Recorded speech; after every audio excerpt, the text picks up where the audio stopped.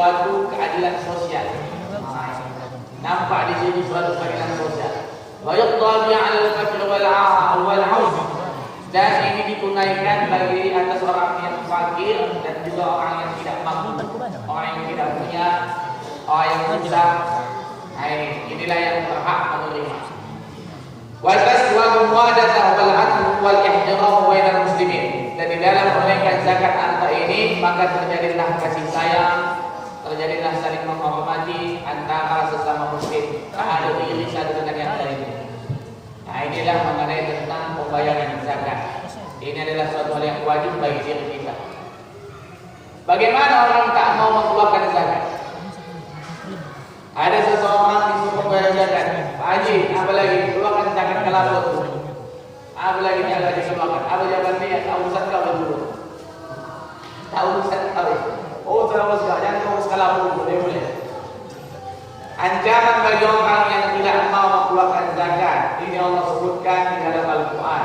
Ya, di dalam surah Al-Imran ayat 180. Apa kata Allah dalam ayat tersebut? A'udzubillahi minasyaitonir rajim wa la yahsabanna alladziina yabkhuluna bima aataahumullahu min fadlihi wa khairan lahum wa huwa syarrun lahum. Dan janganlah mengira orang-orang yang bakhil itu terhadap apa yang Allah berikan kepada mereka, dengan kebahilan tersebut dianggap Allah itu berikan suatu kebaikan. Banyak orang menganggap suatu kebahilan itu adalah suatu kebaikan, lalu dikaitkan kepada bahasa hemat pangkal kaya. Padahal ini adalah bentuk ajaran Belanda. Hemat pangkal kaya itu adalah simbol Belanda mengajarkan manusia bakhil. Kalau konsep Islam adalah sedekah pangkal kaya. Ini juga konsep Islam. Bukan hemat pangkal kaya. Hemat itu mendidik mental kita supaya pelit, sehingga berangan-angan jangka panjang untuk masa usia tua, untuk kehidupan masa akan datang, ini dan sebagainya. Ini kita dengan panjang angan-angan seperti ini. Ini ada konsep Belanda itu. Hemat pangkal kaya. Padahal konsep Islam sedekah pangkal kaya. Ini lagi dia kira bahwa sifat bakhil dia tersebut itu ada suatu kebaikan. Kan baik, hemat itu baik. Hemat itu untuk masa depan, itu suatu kebaikan bagi diri kita. Ini dianggap baik. Tapi apa kata Allah? Huwa syarrun lahum. Akan tetapi namun itu adalah sesuatu yang buruk bagi diri mereka. Orang yang punya konsep seperti itu adalah buruk bagi diri mereka. Sayyidawwafuna ma bakhilu bi yaumil qiyamah. Maka apa yang mereka bakhilkan, apa yang mereka hemat-hematkan waktu dunia sehingga pelit mengkasih, pelit berinfak, pelit bersedekah, itu besok akan dililitkan di leher mereka besok hari kiamat. Dililitkan semua harta kekayaan itu besok. Bahwa banyak duit dia di bank ini besok dililitkan akibat kebakhilan. Kalau banyak tanah yang itu besok dililitkan besok. Bawa saya kata pada sanggup. Di hari kiamat dililitkan seluruhnya. Sehingga apa Allah sebutkan bentuk kekuasaan beliau, walillahi mirasus samawati wal ardh. Dan hanya Allah lah yang mewarisi langit dan bumi ini. Wallahu bima ta'maluna khabir. Dan Allah mengetahui apa yang kamu kerjakan. Dengan artian apa? Kita ini hanya memakai, kita ini hanya menggunakan. Ada milik kita semuanya akan tinggal besok. Semuanya kita akan kembali dengan hanya membawa amal. Tak ada. Harta yang kita miliki besok hanya sebatas tinggal nama saja. Belum tentu rezeki kita dengan yang bersifat. Kenapa? Setelah kita wafat beralih itu hak rezeki kepada ahli waris. Yang lebih parahnya adalah belum lagi goreng kuburan awak udah merasa paham. Nah ini udah merasa paham. Maka opsi amal jariah itu kan tiga dalam hadis tersebut. Ijamatu Adam min qata'a amalu illa min salasin. Apabila mati anak cucu Nabi Adam, putus segala amal kecuali tiga. Yang pertama, sedekah jariyah, yaitu sedekah jariyah.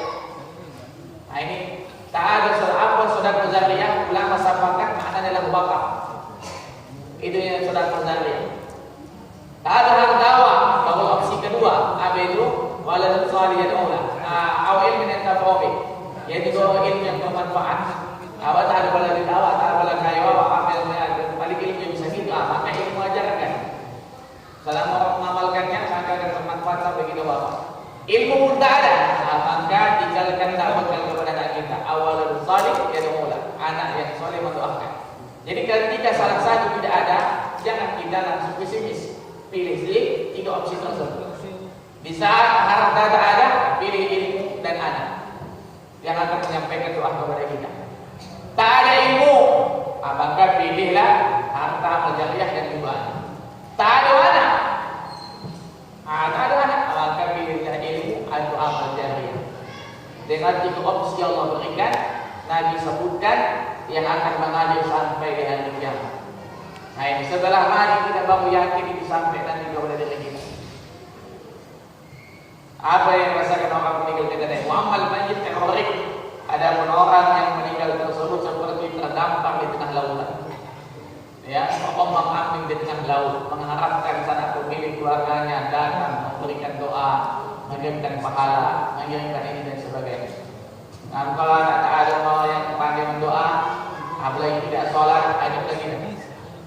Ya. Selanjutnya adalah yang keempat al-hajju, yaitu adalah melaksanakan ibadah haji. Wa huwa qasdul masjidil haram fi ashharil hajj. Maksudnya adalah mengunjungi Masjidil Haram di bulan-bulan haji.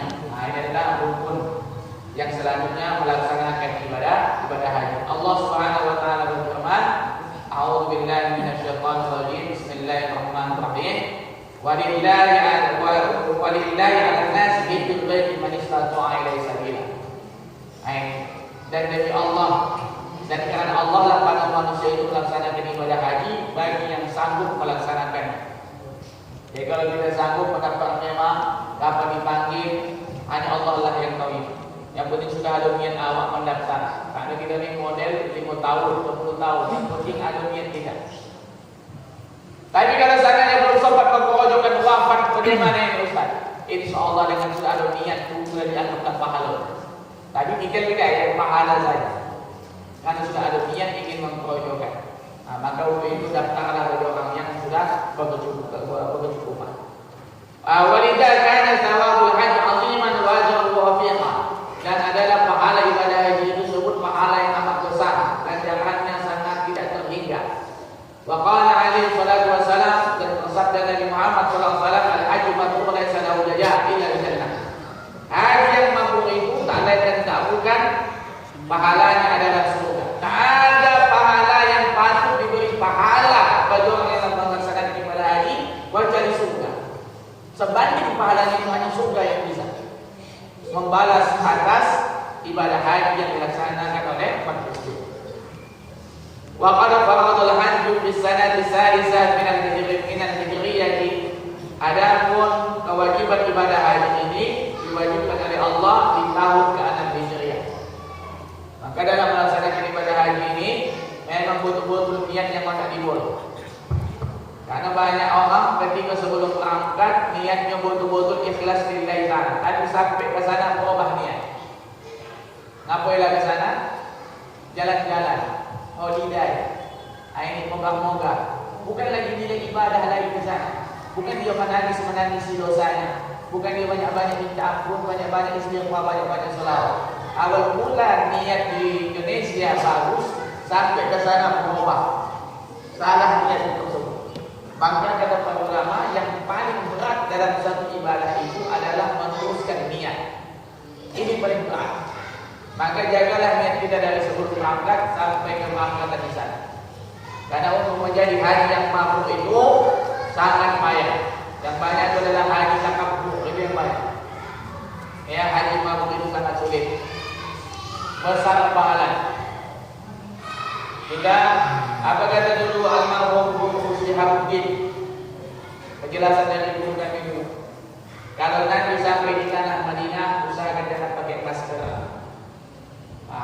Seakan-akan kalau kita pakai masker di tanah Madinah, seakan-akan kita tidak sudi mencium harum kota Madinah. Padahal di bawah tanah Madinah terdapat jasad Nabi Muhammad SAW. Maka waktu itu betul-betullah ibadah ke sana itu ikhlas karena Allah Subhanahu wa taala. Jangan salah-salah niat. Nah ini. Ada yang kelima adalah shaum Ramadan, yaitu puasa di bulan suci Ramadan wa farad fi sanati tsalisah lil hijriyah. dan telah diwajibkan puasa ini adalah di tahun ketiga Hijriah. Sebagaimana Allah Subhanahu wa taala berfirman, "A'udzubillahi minasyaitonir rajim. Syahrul Ramadan alladzi unzila fihi al-Qur'an hudan lin-nasi wa bayyinatin minal huda wal furqan, faman syahida minkum syahra falyasum." Ini bulan Ramadan adalah bulan di mana di dalamnya diturunkan Al-Qur'an, petunjuk bagi manusia, penjelas bagi manusia untuk membedakan mana hak, mana yang batil. Barang siapa yang melihat bulan, maka puasalah kamu. Wa huwa ibadatun tathhirun lin-nafs. Puasa itu adalah mensucikan jiwa kita. Dengan puasa mensucikan jiwa kita, terjaga mulut dari mengkatui orang, terjaga mata melihat-lihat aib seseorang, terjaga kuping dari mendengarkan aib seseorang, terjaga tangan dari merampas mengambil hak milik orang tanpa izin, terjaga kaki dari berjalan melangkah ke tempat yang diharamkan. Dengan puasa terjaga jiwa kita. Wasumul rohi, wasihatul lil jismi, dan juga menyehatkan jasmani, menyehatkan badan. Maka jangan kita dengar orang kalau dalam keadaan puasa di bulan Ramadan, kalau rumahnya tak ada, bahkan bisa naik ke rumah, ya, dengan orang puasa. Maka kalau kita ingin operasi, pastikan disuruh dulu kita puasa. Ingin operasi apapun disuruh dokter jangan makan, jangan minum, dan jangan apa, disuruh puasa udah, puasa dulu. Kenapa? Supaya menetralisir dalam diri kita tersebut. Wa man qama bi imtisalan li amrillah wa bi radhihi, dan barang siapa yang menegakkan puasa ini, dia seperti mengerjakan perintah Allah dan mengharapkan ridha Allah, kana takfiran li sayi'atihi, dan akan membakar segala kesalahannya, wa sababan li dukhulihi jannah, dan akan memasukkan kita ke dalam surga Allah Subhanahu wa taala. Qala alaihi salatu wassalam, dan bersabda Nabi Muhammad sallallahu alaihi wasallam, "Man shama Ramadhana imanan wa ihtisaban ghufira lahu ma taqaddama min dhanbi." Barang siapa yang berpuasa di bulan suci Ramadan penuh dengan keimanan, maka akan Allah ampunkan dosanya yang telah lalu. Jadi kita ini jangan hanya mengamalkan bulan suci Ramadan saja, tapi dianjurkan oleh Nabi puasa sunnah. Di antara adalah puasa Senin, Kamis. Nabi ditanya, "Ya Rasulullah, kenapa kau puasa hari Kamis? Kenapa kau puasa hari Kamis ya Rasul?" Apa jawaban Nabi? Karena hari Kamis di antaranya catatan ibadah kita dalam satu minggu ke hadapan Allah. Diantar kepada Allah catatan ibadah kita satu minggu. Dan aku ingin, kata Nabi, catatan terakhir ibadah adalah dalam keadaan puasa. Itulah makna Nabi puasa hari Kamis. Lalu kenapa kau puasa pada hari Senin ya Rasulullah? Apa yang menyebabkan kau puasa pada hari Senin? Maka kata Nabi, "Wulidtu fihi." Aku puasa hari Senin karena aku lahir dari Senin. Maka Nabi lahir dari Senin, maka beliau memperingati dengan ibadah puasa. Maka inilah salah satu dalil dalam mazhab Syafi'i bahwa Nabi sendiri memperingati hari kelahirannya dengan ibadah puasa. Maka layaklah bagi kita memperingati hari lahir Nabi dengan istilah Maulid Nabi Muhammad. Ini kan bulan Maulid ini. Maulid Nabi Muhammad sallallahu alaihi wasallam. Apa kata Imam Jalaluddin Ibrahim Al-Bajuri dalam kitab Asy-Syi' Al-Bajuri? Hari yang mulia bagi umat Nabi Muhammad itu adalah hari Maulid. Tapi malam yang mulia bagi diri Nabi, malam yang mulia bagi diri Rasulullah adalah malam Isra Mi'raj, karena di situ Nabi berjumpa dengan Allah Subhanahu wa taala. Bagaimana jumpanya? Walaupun itu jadi ikhtilaf para ulama dalam menjelaskan, tapi disitulah jumpanya Allah dengan Nabi. Tapi malam yang mulia bagi umatnya, bagi kita adalah malam Maulid Nabi Muhammad SAW. Kenapa bisa begitu? Karena tidak akan ada keutamaan malam Jumat kalau bukan karena ada Nabi. Tidak akan ada malam Lailatul Qadar kalau bukan karena ada Nabi. Tidak akan ada malam Nisfu Sya'ban kalau bukan karena ada Nabi. Tidak ada malam pertama di malam pertama Rajab kita kecuali karena ada Nabi Muhammad SAW. Karena ada Nabi lah, maka ada malam-malam mulia tersebut. Maka malam yang mulia bagi Nabi Muhammad adalah malam Maulid Nabi Muhammad SAW. Inna Iblis ranna arba'. Anna Iblis ranna arba'. Iblis itu 4 kali menangis menjerit kesal kepada Allah.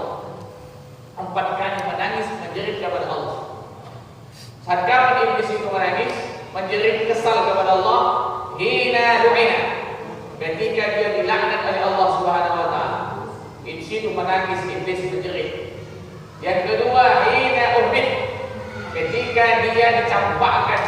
diturunkan ke dunia. Yang ketiga, hina wulidat Nabi sallallahu alaihi wasallam. Ketika lahirnya Nabi Muhammad sallallahu alaihi wasallam. Ketika lahir Nabi, iblis menangis menjerit kesal kepada Allah. Kenapa? Karena dia sudah banyak menyesatkan manusia. Tahu-tahu lahir ini manusia yang bisa membawa manusia kepada jalan kebenaran. Kesal iblis di sini. Jadi kalau ada orang tak suka dengan maulid Nabi, waduh. Tak mau bilang ya, kamu yakin? Karena iblis yang tak suka dengan lahir Nabi. Apa arti lahir maulid? Iblis yang tak suka dengan maulid Nabi, tak suka dengan lahir Nabi. Yang keempat adalah hina unzilatul Fatihah kita, yaitu ketika turunnya surah Al-Fatihah. Jadi empat ini kondisi membuat iblis menangis. Ketika dilaknat Allah, ketika diusir Allah, ketika lahirnya Nabi Muhammad, dan ketika turunnya surah Al-Fatihah. Situ iblis. Maka dari situ maka kita merayakan maulid Nabi, yang mana dalam mazhab kita mazhab Syafi'i, hampir seluruh ulama mazhab Syafi'i membolehkan merayakan maulid Nabi. Karena isinya apa?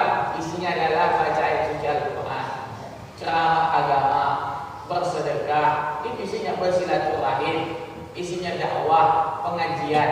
Bukan isinya duduk, bukan isinya bakhalwat, bukan isinya mogah-mogah. Isinya adalah dakwah, mengingatkan umat bagaimana perjalanan Nabi Muhammad SAW, bagaimana lahirnya Nabi, bagaimana peristiwa kelahiran Nabi, 7 peristiwa aneh tentang kelahiran Nabi Muhammad SAW. Jadi ini adalah salah satu puasa yang dilakukan kita, puasa Senin Kamis. Selanjutnya yang kedua, selanjutnya adalah penjelasan dari cabang yang selanjutnya dari penerang kita yang tiba arkan Islam ba'dha bi ba'din. Saling terkait hukum Islam satu dengan yang lain. Jadi hukum ini saling terkait, tak bisa dipisahkan.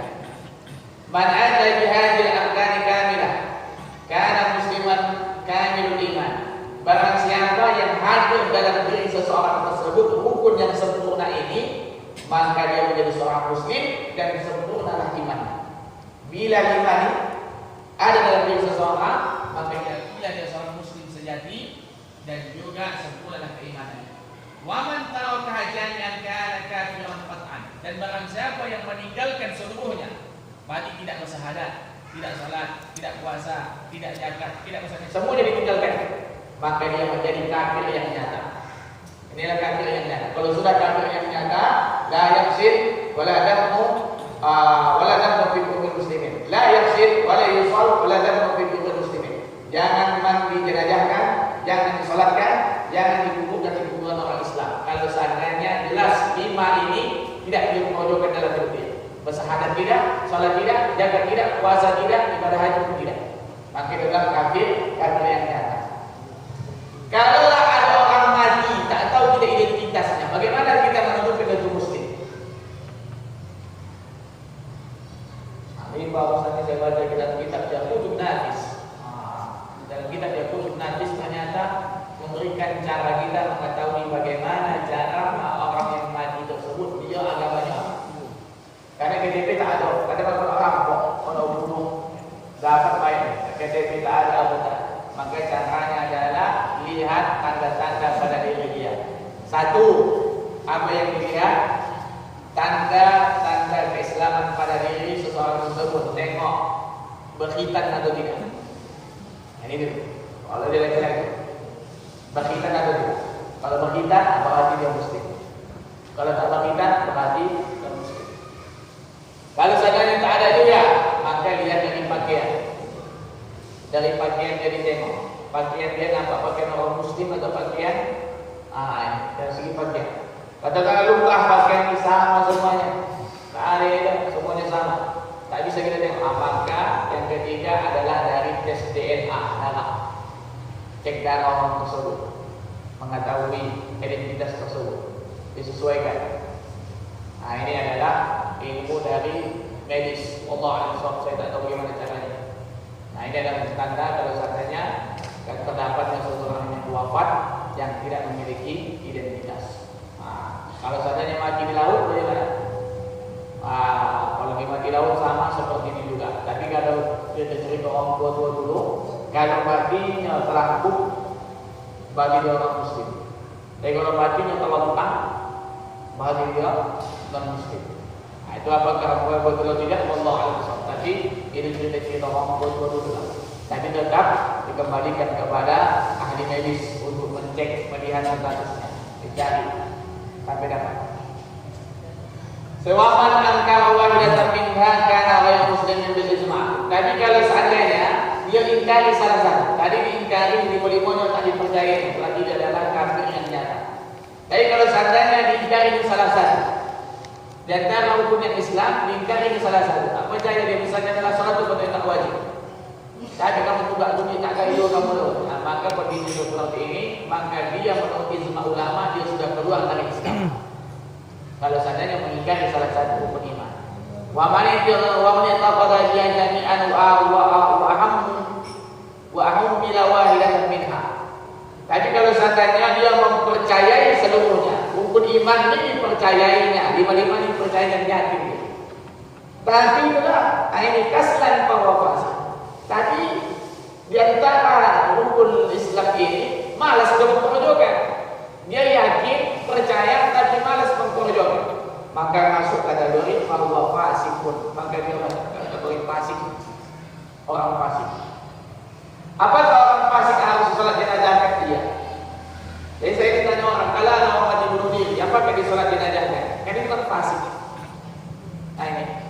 Apakah sholat jenazah? Iya, tetap tidak. Tapi Nabi tak mau menyolatkan. Nabi yang tak mau menyolatkan, tapi Nabi menyuruh sahabat lain menyolatkan.